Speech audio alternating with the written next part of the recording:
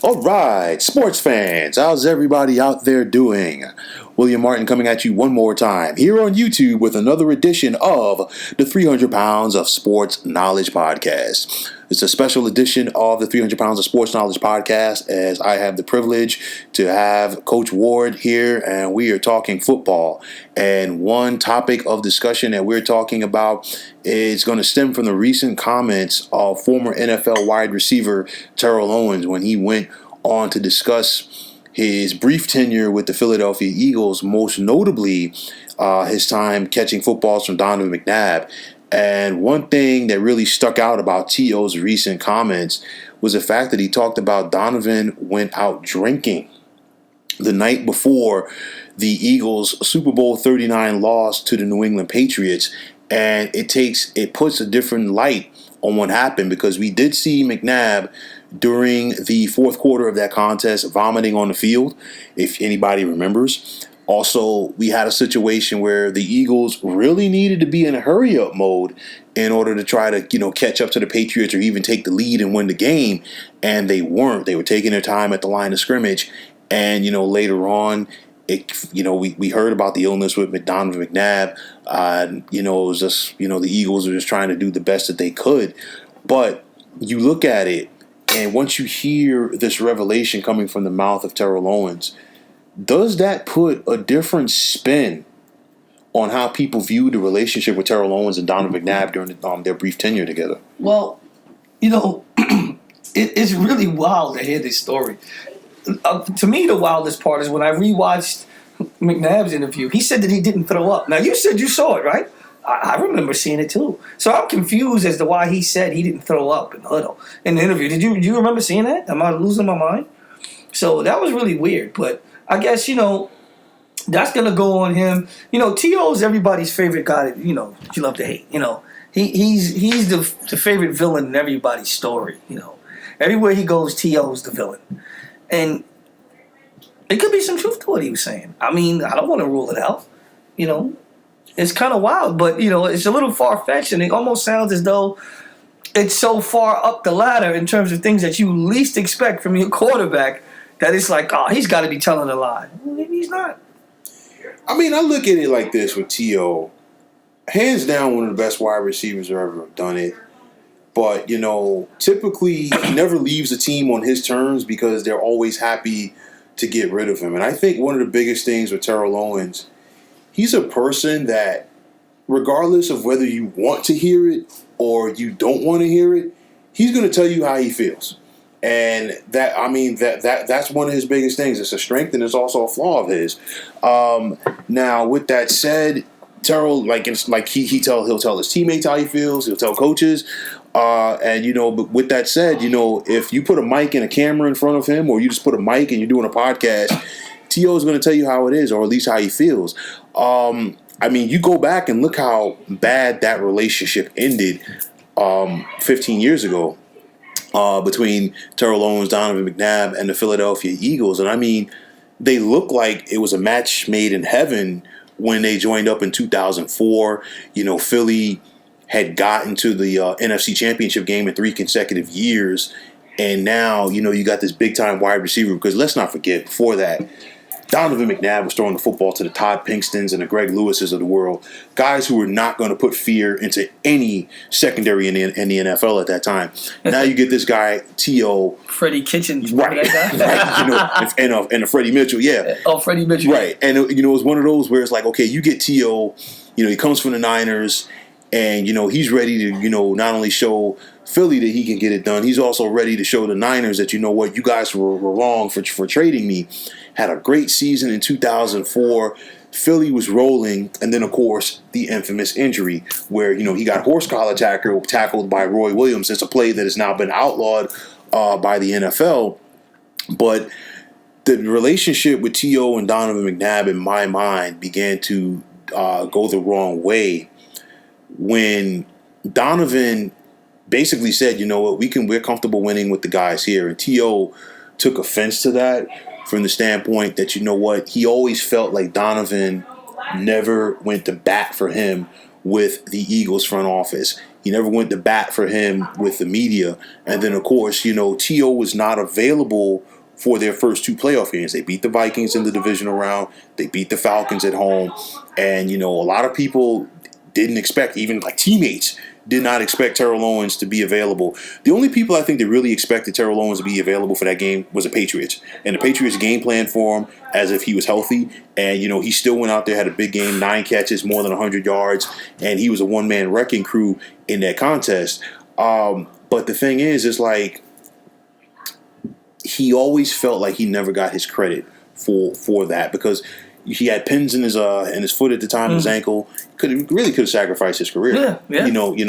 For that one moment, he wanted to win that championship. He wanted to be recognized as one of the greats. And I think, him seeing Donovan like vomit like that during the game, he's probably going to be like, well, you know what? I did all of this to get back what's going on here.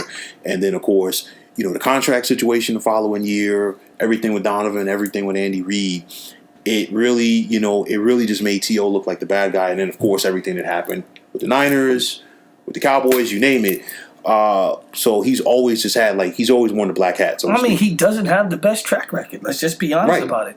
And, it doesn't mean he was wrong in every case. He might have just been the guy willing to call everyone out on their BS. Right. Let's just be honest with it. Now, if you look at what happened here, let's put everything into context. This guy went out there with screws in his ankle and was tearing New England up.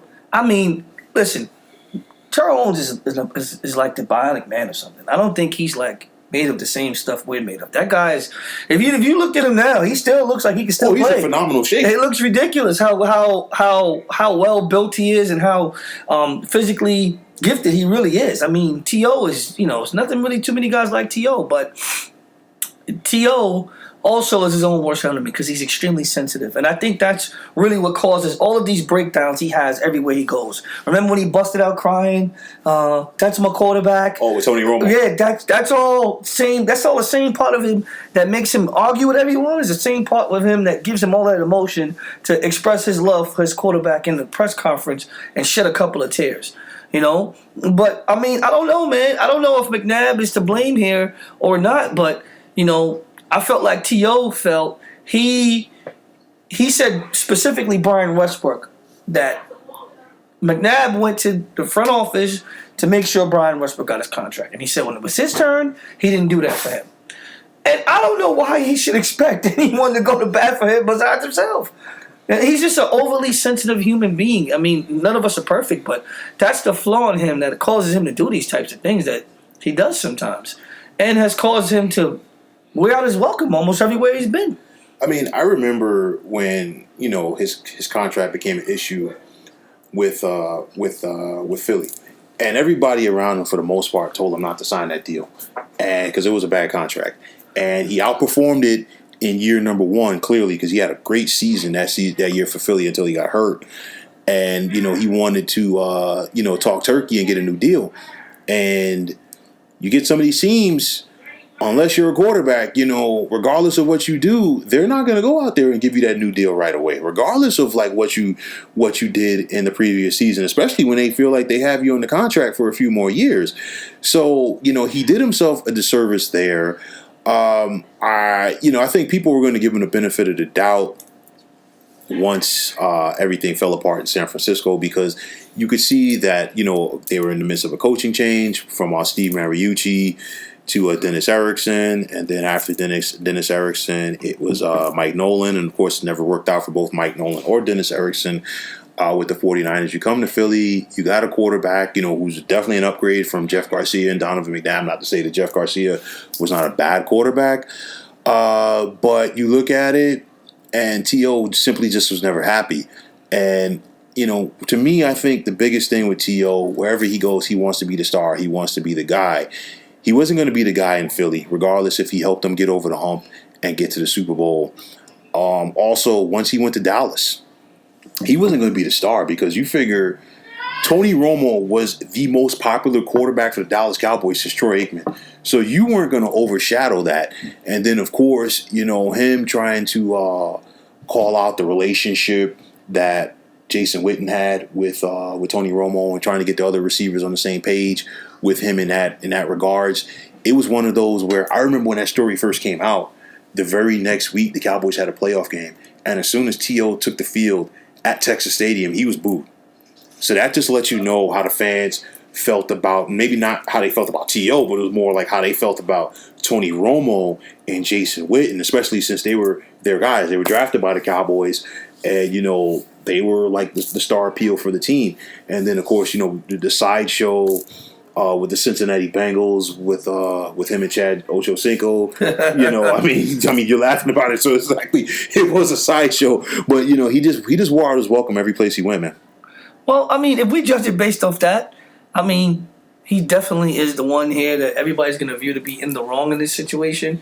But if you listen to what he's saying in the interview, and he's specifically speaking a lot of truth. I mean, it doesn't sound like he has a reason to lie right there. And it doesn't sound like he has anything that he needs to exonerate himself from, because no matter what Donovan McNabb has to say, T.O. went out there, was cruising his leg. He balled out. And was playing ball, okay? And you can argue that McNabb faltered. You can very much so argue that he was the one that wasn't ready for the moment. And it's going to be difficult for McNabb to refute any of that, especially when he's the one that lit the fire. Because he's the one that came out and said, oh, this team would have went here if Terrell Owens would have behaved, basically. I mean, to paraphrase it. And, I mean, when you start the fight, you better be ready for what comes after that. Now, if you knew you went out drinking the night before, and you knew that and he could possibly come out and say it to the media. Nah, you got a problem. Yeah. See, listen, say whatever you want, but at the end of the day, Donovan McNabb was a good quarterback for his era. But I think one thing that's always going to hang over his legacy, number one, vomiting in the Super Bowl. Number two, for me, the fact that he was 1-4 in the NFC Championship game. Because remember, the 2 previous years before they got T.O., they hosted the NFC Championship game. 2002, they hosted the Bucks. I think the Bucks, they had won their first game that season in when the game time temperature was under 42 degrees. It was I want to say it was week 17. They beat the Chicago Bears. That's when the Chicago Bears are playing in Champaign on the University of Illinois campus while Soldier Field was being renovated. But then the Bucks came back in that NFC Championship game and dominated Philly. The last game at the Vet, they closed it out. And that was after Philly scored a touchdown on the opening drive to go up 7-0. And after that, McNabb and the rest of the Eagles offense, they did nothing. I mean, you think about one of the last passes that McNabb threw in that game. That was a pick six to Rondé Barber, and Rondé Barber was taunting the fans as he was running down the sideline. You go back to 2003. They hosted Carolina again in the NFC Championship game. Got shut down. So you look at it and you say, well, what could you have done more if you're Donovan McNabb to get your team to the next level? And I remember in 2008, the last time that they got to the NFC Championship game with Donovan McNabb, they beat the Vikings in the first round. They beat the Giants in the second round. That was the Giants. They had home field advantage that year, but of course, their offense faltered in the second half of that season after Plexico Burress got shot. So they didn't have to worry about that. Wait, correct that. He shot himself. But then, they went to Arizona and they lost to the Cardinals. And I think looking back to that year in 2008, I think Philly was more worried about just beating the Giants than they were advancing. And once they beat the Giants, as big rivals, only a couple of miles separate these two franchises, they weren't ready to take that next step against Arizona. I think a lot of that, had McNabb played better in those games, things would have been different for him. And, of course, to me, I think part of Donovan McNabb got exposed once he left Philly. It didn't work out for him in Washington with Mike Shanahan as his head coach. He finished up with the Minnesota Vikings, and you could clearly see at that point he was done. But you know what? At the end of the day, regardless of how you feel about T.O., this is something that's going to hang over Donovan's career or legacy. Well, let's not forget, Andy Reid was the coach those years. Correct. And, he was notorious for just not running the football enough. And I believe wholeheartedly, remember back in those games, I remember him throwing pass after pass after pass after pass. And, in the playoffs, you just have to have a more balanced attack. I think he's learned his lesson, but I also think he has much better players now in Kansas City. Patrick Mahomes is a better quarterback than Donovan. Well, Patrick Mahomes is a better quarterback than almost everybody, but I mean, let's not fall into recency bias here and the crowd just yet. He does play for the Chiefs, and I am a Raider fan. Let's just keep it straight. But I think some of that falls on Andy Reid. I don't think all of it is all on McNabb. I love McNabb for what he was at that time. He did what he was supposed to do. But it's just really an overall view of the whole team. And, something that I've been trying to just reprogram my way of thinking is stop thinking about wins and losses as a quarterback stat. That's a team stat. It really is a team stat. I'm sure for every play that McNabb didn't make, I'm sure there's a play someone on defense didn't make either.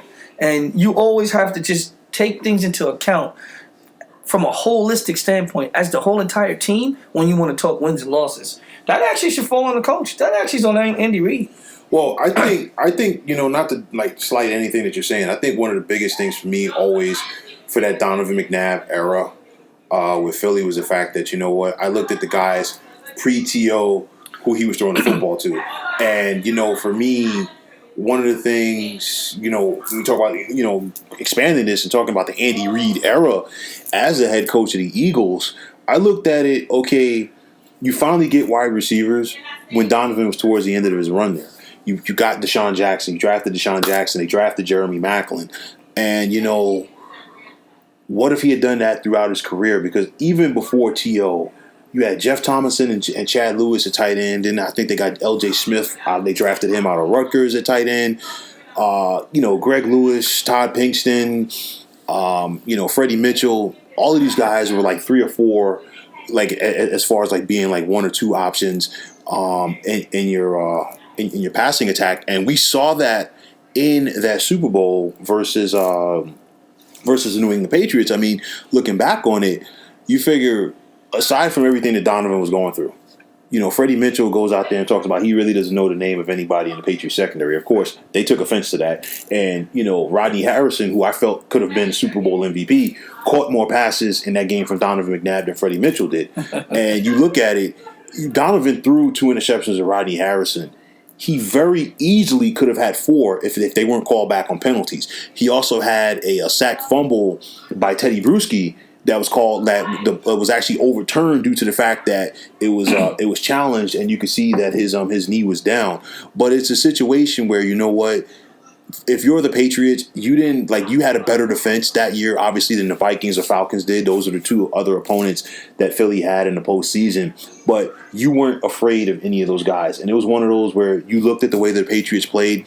They didn't give a lot of help. I want to say it was Randall Gay who was covering T.O. for most of that game. I could be wrong. But it's a situation where they didn't give him a lot of help. You mean William Gay? I want to say it was Randall Gay that was playing cornerback, because William Gay was with the Steelers. Okay, but I really don't remember the Patriots giving him a lot of help, and it was one of those where we're gonna let T.O. beat us and stop everybody else. And those other guys, they couldn't make plays. So you got to give T.O. his credit for being as good as he was. Like I said, it is what it is with T.O. He's going to speak his mind, whether you want to hear it or not. But you look at it and you just got to say, man, what could have been for that team. I mean, definitely, especially if he didn't get hurt. Especially if he was just able to stay on the field and not have to come into that Super Bowl after they've already won 2 playoff games. That's definitely difficult to do. To add someone of that caliber, because then you're changing everything that you're doing offensively for that whole entire game. Yeah, because he was rusty. Because you figure that injury happened. I want to say it was like week 14 or week 15, something like that. So they had already clinched the division. And I want to say they had clinched at least the first round bye. They ended up having home field that year. But, yeah, and to come back, that's a lot of rust that you got to shake out. And I'm sure, he probably, even in practice, he wasn't practicing 100% during that week. But he obviously did enough to convince the coaching staff that, to clear him to play, man. But that's tough to deal with, man. Yeah, also the other guys that play wide receiver on the team. Now, everybody else's role changes, Yeah, man. It's one of those dynamics. I don't think these guys are ever going to get along. They didn't get along when they played.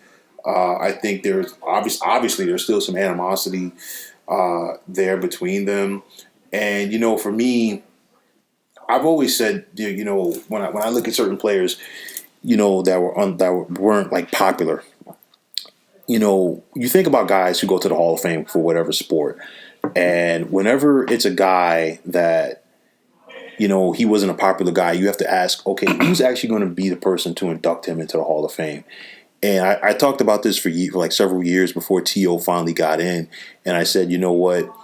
I don't see a lot of people like former players lining up to like be the guy to induct T.O. or former coaches lining up to induct T.O. into the Hall of Fame, and that was basically the case. But like I said, love him or hate him, he's definitely going to tell it like it is, man. Well, you got to respect that. I mean, I just think the fact that he's just such an emotional person is the reason why he's just worn out his welcome every single place he's gone. And for lack of a better way of putting it, T.O. is his own worst enemy. Yeah, I mean, it is what it is. You get what you get from him, and make no mistake about it. At the end of the day, you're going to love him or hate him. And right now, I think it's safe to say that Donovan McNabb is not a fan of his, and I'm not going to stop myself short of saying that he does hate him. But folks, that is going to wrap it up. And as always, I want to take this time out to thank you for tuning into the 300 Pounds of Sports Knowledge podcast here on YouTube. I want to thank my special guest today, Coach Ward, for chiming in and dropping some tremendous knowledge on this podcast. And as always, if you have not already, please feel free to subscribe to this channel. Now, if you're on Twitter, please feel free to follow me at 300 Pounds of Sports. And like I always say, if you follow me, it'll be my pleasure to follow you right back. There's also the sports discussion group on Facebook at the Sports Depot 365. You can check it out. Drop a line and be a part of one of the better sports debating sites going on social media. So once again, fine folks, my name is William Martin. Take care and have yourselves a wonderful day.